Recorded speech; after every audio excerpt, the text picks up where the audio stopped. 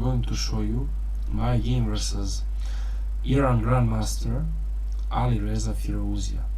I played as black and he played as white.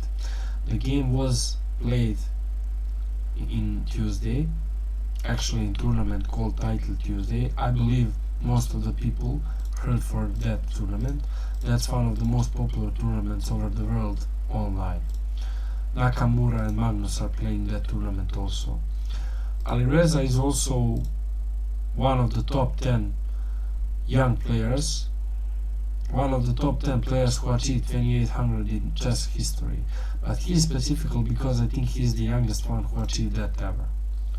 The game started with d4.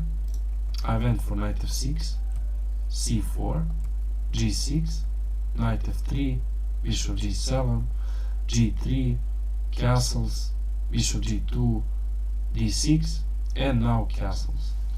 This is King's Indian. This is called preparatory variation, where white is simply playing very nice game because he is not risking too much, but he is keeping the advantage going. And here I need to really be careful what I'm going to do as black. If I try to attack, I can be very easily taken on because this line is not so easy for black, and white is always having that small advantage and not really giving black a lot of the opportunities to attack. So I choose to play move knight c6. He played knight c3 and now a6. b3, very common setup. He wants bishop b2, so I went for rook b8. Bishop b2, b5. I'm trying to do b5 and then b takes c4 is a threat, so he takes, I take, and now rook c1. This is the idea. Knight b5 with taking on c6. So I went for b4, knight a4. By the way, this knight on b1 is not really going to help white. Why? Because he's too slow after that. He can either try knight e2, knight c4, but this seems too slow. Also, this pawn remains a little bit undefended, and this pawn is fixing those two pawns, so I was happy with my position right now. I would be happy with that position, but in the game actually what happened was knight a4. So this knight on the first look might be a little bit suspicious, but he's actually nice here.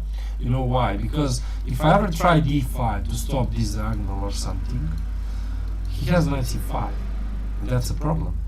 And also his knight is, you know, defending this file, so I'm not so happy here. Bishop d7, developing move, and now d5.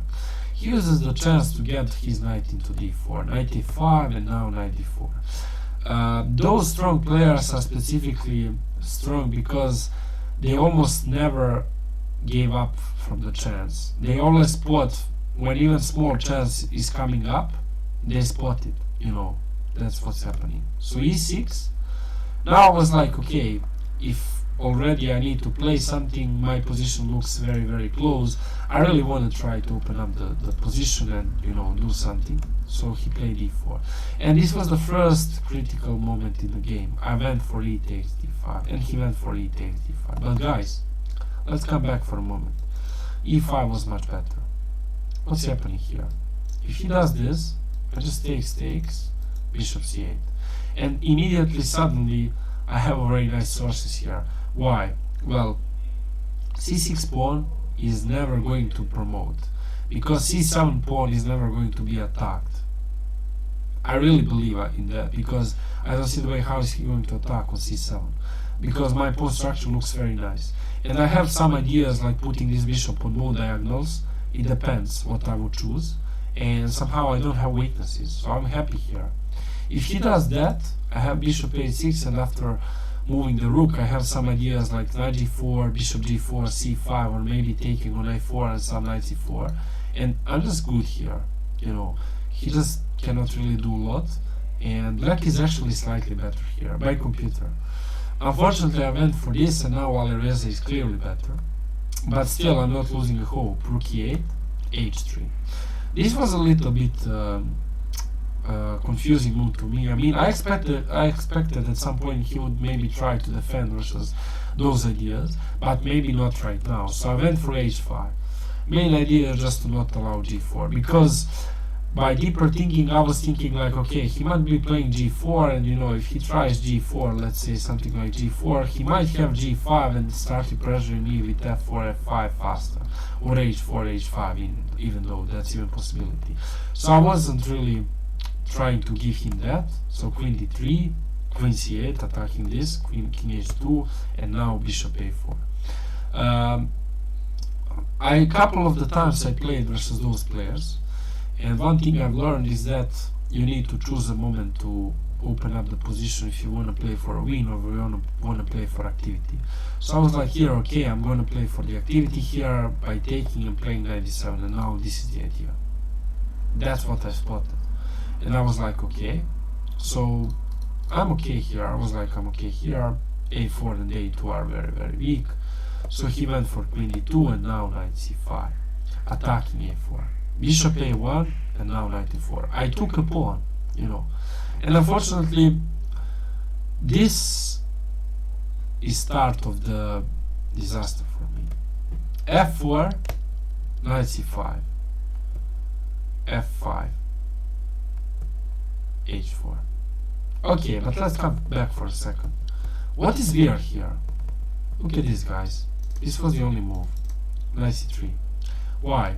If he ever takes, I have queen a6, and somehow all of this looks very nice for black. All of the lines are working, files are working, this pin is good, knight is somehow coming to c4 potentially, and he simply doesn't have a lot of the things to do for a win here. This bishop looks even better than this bishop. I mean, he just looks better, honestly, than this one. That's what's happening. So I could do that, but I decided to play knight c5, and the weakest point of this knight is because actually he cannot go anywhere. He's just useless. And the problem is that all of my pieces are somehow too far away from my king, and you will see why right now. Alireza strikes me. f5, h4, pawn takes, and you know, I hoped for this, but I mean, who is crazy to do this? Nobody.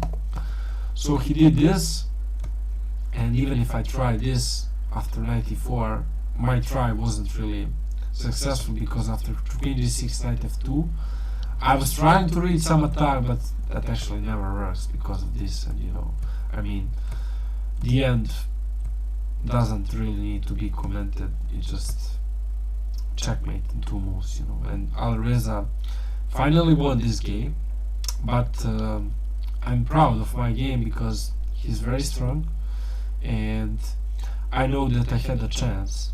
I lost my chance once, he got his chance once, and just he used it. That's why he's 2800. I mean, very stable player. I mean, you can believe how much stable you should be to become 2800. So I cannot even imagine. But thank you guys for watching this video. Drop a follow and type subscribe. And see you in the next videos, but also thank you for all of your support, and write in the comments what do you think about this game. Ask some questions.